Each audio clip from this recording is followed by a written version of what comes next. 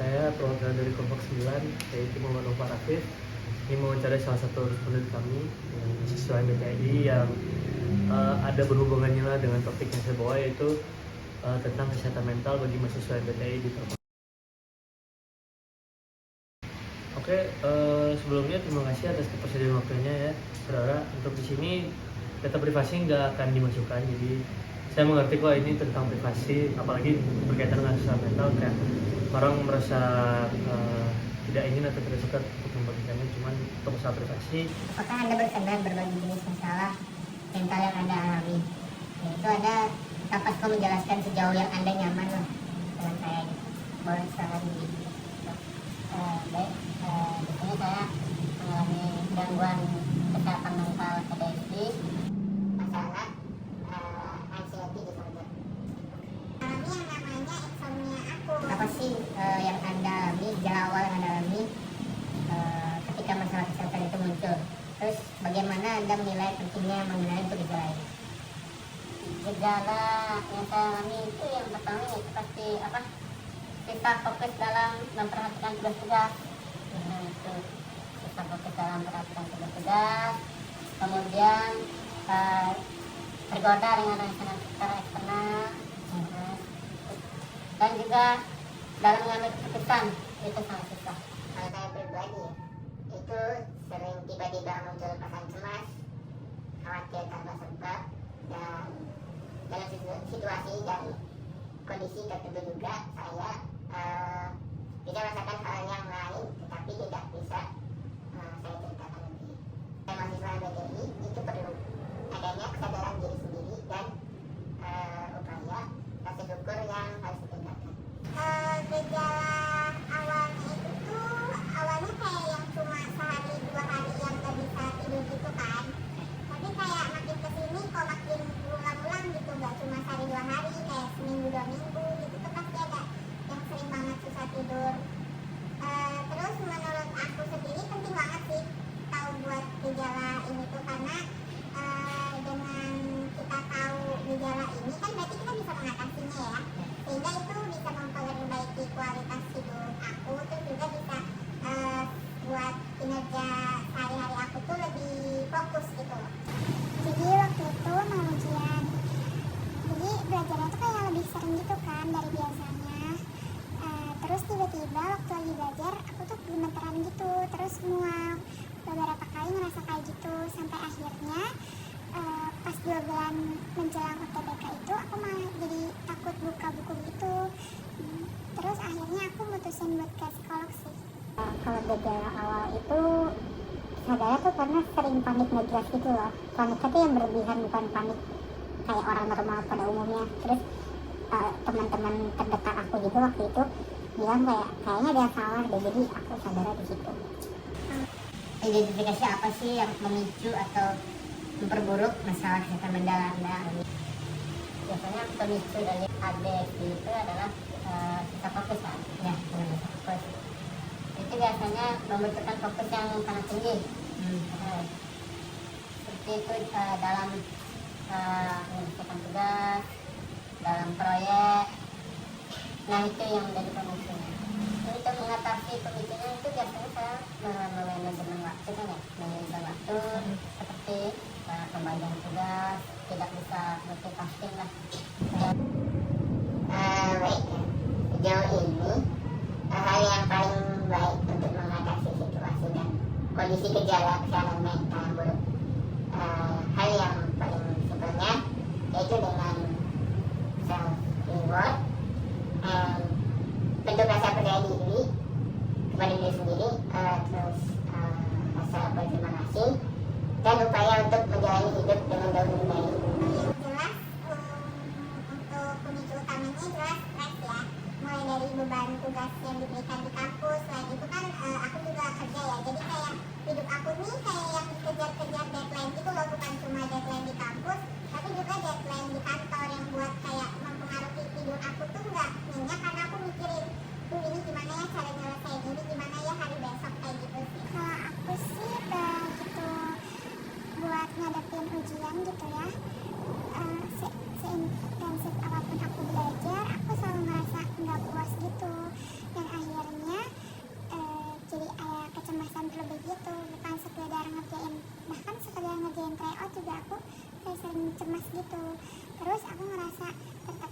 banget di masa-masa ini karena semua orang belajarnya kan pada rajin-rajin ya.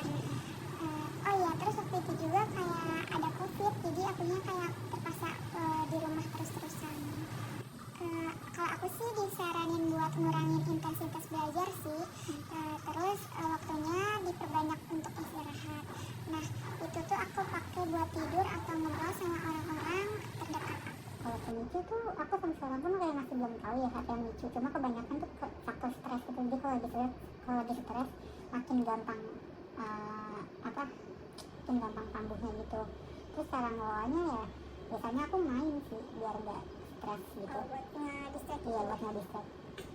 Kapan sih gangguan mental itu sering kayak muncul kembali atau mungkin istilahnya itu kambuhan lagi gitu? Apa sih tanda-tanda awalnya yang Anda rasakan ke Anda bisa identifikasi gitu? Biasanya itu muncul ketika ada tugas-tugas atau proyek-proyek itu yang membutuhkan presentasi yang besar lah. Akar permasalahannya itu ketika dari logika itu muncul. Mengapa demikian? Karena menurut saya semua rasa yang luapan emosi dan lain-lain itu bersumber dari sebuah pikiran seorang. Semakin banyak pikiran individu itu mengalami tekanan, emosi, benci dan lain-lain, ya, itu yang dapat memendam pada perasaan seseorang, ya, akhirnya individu bisa mengalami stres, depresi, sakit hati dan lain sebagainya. Insomnia ini tuh sering muncul kembali tuh terutama di faktor tekanan akademik itu ya, kayak misal deadline tugas yang bisa langsung sehari itu nggak cuma 1-2 tugas, apalagi kalau misal akhir-akhir ini kayak menjelang UTS kayak gitu. Lebih ke perasaan takut, terus deg-degan, susah tidur sama lemes sih kalau beres ujian. Munculnya tuh biasanya ini kalau lagi sendirian misalnya kalau di kamar doang sendirian atau di rumah sendirian. Kalau aku lagi ngerasa sendirian gitu lebih gampang paniknya. Jenis dukungan kesehatan mental yang Anda temukan itu yang paling Anda butuhkan ketika Anda merasa mulai kambuhan seperti yang saya tanyakan tadi itu bagaimana sih menurut Anda gitu? Biasanya kalau kesehatan mental ya khususnya di EDS ini itu dukungan yang paling diperlukan ya, karena dukungan dari faktor internal itu biasanya dari teman, dari orang-orang sekitar lah, dari lingkungan sekitar seperti teman, keluarga dan orang-orang terkait sebenarnya.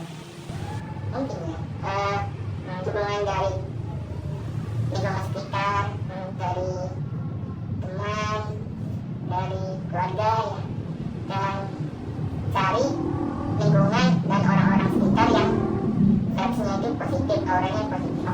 Kalau dukungan sendiri mungkin kayak ada seseorang yang bisa jadi tempat keluh kesah aku gitu kalau merasa cemas, apalagi kalau misal aku lagi terjaga di malam hari. Emang sih kalau misal akhir-akhir ini aku lebih sering meningkatkan komunikasi aku sama teman terus anggota keluarga gitu. Kalau untuk sekarang mungkin mulai eliminasi hal-hal yang bikin stres aja kali ya, dan nggak ikut di banyak kegiatan yang atau organisasi gitu yang membutuhkan aku sebagai role yang penting gitu di dalam. Terus aku juga kayak butuh orang-orang terdekat aku sih. Aku sebelum pernah ke psikiater kan, cuma menurut aku psikiater tuh di aku sendiri kurang efektif karena dia cuma ngasih obat doang kan. Jadi aku tuh baru sadar kalau aku tuh butuhnya ke terapi gitu, jadi bukan cuma obat doang.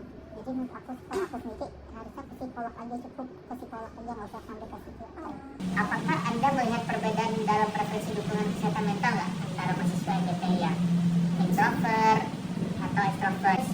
Anda mendeskripsikan Anda itu sebagai siapa? Apakah sebagai introvert, extrovert, atau lain-lainnya? Untuk itu sebagai gariskan mahasiswa MBTI itu kan beda-beda ya. Ada yang introvert, ada yang extrovert. Untuk saya sendiri itu termasuk introvert. Kenapa saya karena sudah menyendiri, suka lebih butuh dukungan dari individual lagi. Ini saya adalah seorang introvert dan sejauh ini saya belum pernah melihat dengan pasti bahwa ada perbedaan hubungan untuk anak introvert dan extrovert. Oke, karena saya adalah tipe orang yang introvert bukan tanpa alasan, tapi saya lebih nyaman menjadi diri sendiri daripada harus berpura-pura menjadi orang lain. Kalau aku sendiri, aku mengkategorikan diri aku tuh sebagai sosok introvert ya. Karena kalau misal aku sendiri ada di tengah banyak orang tuh, sosial energi aku tuh kayak yang langsung berkurang gitu loh setelah dari perkumpulan itu, kayak langsung yang lemes, capek aja gitu. Terus kalau perbedaan signifikan ya tadi ya, Ya, yang introvert sama extrovert. Mungkin kalau introvert itu tuh mereka itu lebih nyaman justru kalau mereka sendiri, ataupun nggak sendiri banget sih, kayak misal kalau mereka dekat sama orang yang benar-benar udah nyaman gitu, udah dekat sama mereka. Cuma kalau extrovert mungkin mereka akan lebih nyaman kalau bersama-sama banyak orang gitu sih. Terus juga mereka lebih suka menjalin banyak pertemanan. Menurut aku berpengaruh ya. Kalau aku sendiri sih extrovert dan butuh orang-orang terdekat buat selalu ada di sekitar aku. Kalau aku sendiri aku lebih ke extrovert. bagaimana sih masalah kesehatan mental tuh mempengaruhi performa akademik Anda gitu? Untuk gangguan ADHD ini mempengaruhi performa akademik saya sih. Saya mengalami tantangan dalam menjaga konsentrasi yang dimana berdampak pada akademik saya sih. Sejauh ini ya, saya nggak pernah mengalami terganggunya kuliah saya dengan masalah anxiety ini. Hanya kembali lagi ke individu masing-masing di Telkom ini, apakah individu itu tipikal orang yang terbawa suasana sehingga untuk melakukan apapun tidak semaksimal biasanya, atau justru balikan. Ya itu sangat amat mengganggu ya, karena misal kalau kita malam kurang tidur, terus siang dituntut harus beraktivitas, pasti aktivitas yang kita lakukan itu kan bakal nggak sepenuhnya memuaskan gitu. Pasti konsentrasinya bakalan kurang. Pastinya iya sih, karena kan sebetulnya di masa itu aku nggak dapat perguruan tinggi yang aku pengen kan. Terus untuk di dunia perkuliahan sendiri agak kesulitan di tahun pertama sih kalau aku. Soalnya di tahun kedua sampai sekarang nggak ada pengaruh yang signifikan. Untuk aku sendiri sih nggak berpengaruh banyak sih, kayak walaupun aku stres pun aku masih bisa ngerjain tugasku dengan baik gitu. Karena aku tingkat keparahan sakitnya tuh belum sampai sejauh itu, alhamdulillah. Kan tadi saya bicara tentang dukungan ya. Nah, jadi bagaimana sih peran teman supaya atau dukungan keluarga itu seberpengaruh apa gitu terhadap Anda? Betul, dukungan sih tentu itu mendukung dari membantu dalam mengatasi, memberikan dukungan emosional lah dalam diri saya sendiri gitu.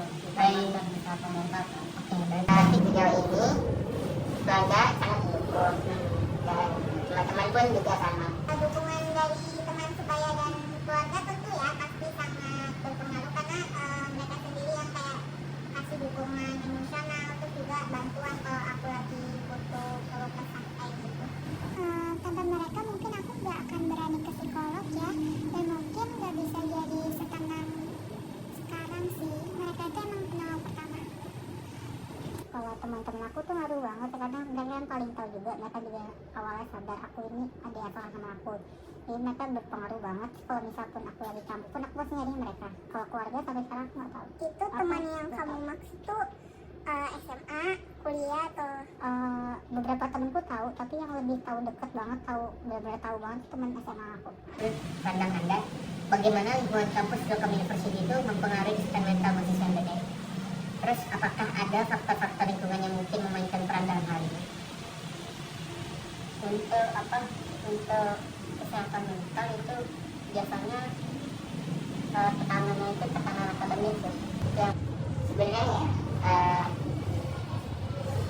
dari segi faktor lingkungan Telkom University itu tergantung dari si individu itu berteman dengan siapa, circle-nya siapa, and then gimana sih kualitas dari value dari teman-temannya. Lingkungan kampus ini pasti sangat amat mempengaruhi, terutama dalam yang aku sebelumnya juga, kayak aku sebelumnya kayak tentang tekanan akademik. Faktor ini pasti bakal sangat mempengaruhi kesehatan mental mahasiswa BPI.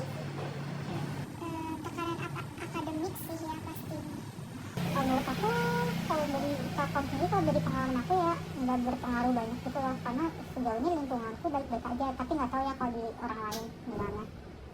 Apakah kamu memiliki pengetahuan tentang program dukungan kesehatan mental yang pernah ada di kampus Telkom? Terus bagaimana efektivitas program-program itu? Aku cuma tahu ada yang ruang konseling itu, yang BK itu, Bimbingan konseling. ya bimbingan konseling itu, tapi aku nggak pernah ikut, jadi aku nggak tahu sih efektif atau enggak. Maaf, sebelumnya saya nggak tahu ya ada program ini tentang kesehatan mental di kampus. Kalau sampai saat ini sih aku nggak pernah dengar ya, atau aku nggak punya pengetahuan gitu tentang program yang mereka punya dukungan untuk kesehatan mental mahasiswa di MPTI, apalagi di Telkom. Jadi sebagai informasi sebenarnya kita tuh